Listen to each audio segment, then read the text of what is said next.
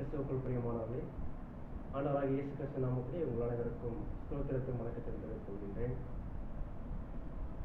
உலகில் நடக்கின்ற காரியங்கள் உங்களுக்கு தெரியும். இருந்தாலும் இந்த உலகத்தின் நோக்கத்தை அறிந்திருக்கிறீர்கள். இந்த காலகட்டத்திலே பார்க்கும் பொழுது கொரோனா வைரஸ் நோயின் கிருமியால் பாதிக்கப்படுகிறதை நாம் பார்க்கிறோம்.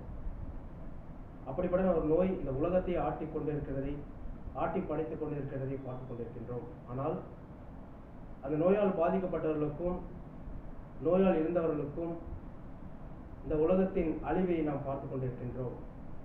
வேதத்திலே பார்க்கும் பொழுது சகல ராஜ்யமும் எனக்கு அருளப்பட்டிருக்கிறது என்று சொல்லி ஆண்டவர் சொல்கின்றார். ஆனால் அப்படிப்பட்டதான வேதத்தின் வாக்குகளை ஆண்டவர் சொல்லும் பொழுது இந்த உலகத்தின் முடிவு ஒரு நாள் வரும் என்று சொல்லி நாம் பார்க்கிறோம். ஆனால் என்றைக்காத ஒரு நாள் இந்த உலகம் அழியும். ஆனால் அந்த அழிவிற்கு அடையாளமாக முதலாவது காரியத்தை இந்த கொரோனா வைரஸின் மூலமாக நாம் பார்த்து கொண்டு வருகிறோம்.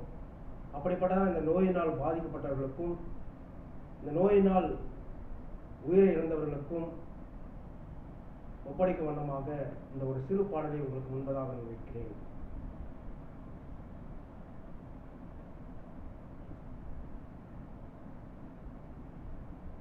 தாயானவள் மறந்தாலும் நீர் என்னை மறப்பதில்லை.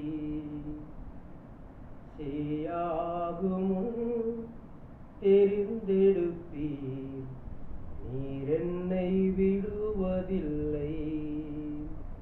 தஞ்சம் தஞ்சம் இயேசு, என் நெஞ்சில் தெய்வம் இயேசு.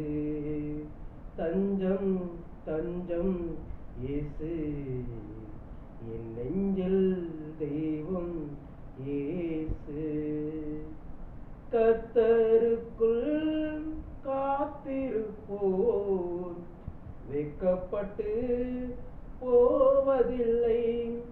கர்த்தருக்குள் காத்திருப்போர் வெட்கப்பட்டு போவதில்லை. கண்ணிமை காப்பது போல் கர்த்தர் நம்மை காத்திடுவார். கண்ணிமை காப்பது போல் கர்த்தர் நம்மை காத்திடுவார். தஞ்சம் தஞ்சம் இயேசு, என் நெஞ்சில் தெய்வம் இயேசு. தஞ்சம் தஞ்சம் இயேசு, என் நெஞ்சில் தெய்வம் இயேசு. தாயானவள் மறந்தாலும் நீர் என்னை மறப்பதில்லை. சேயாகும் முன் தெரிந்தெடுப்பீர்,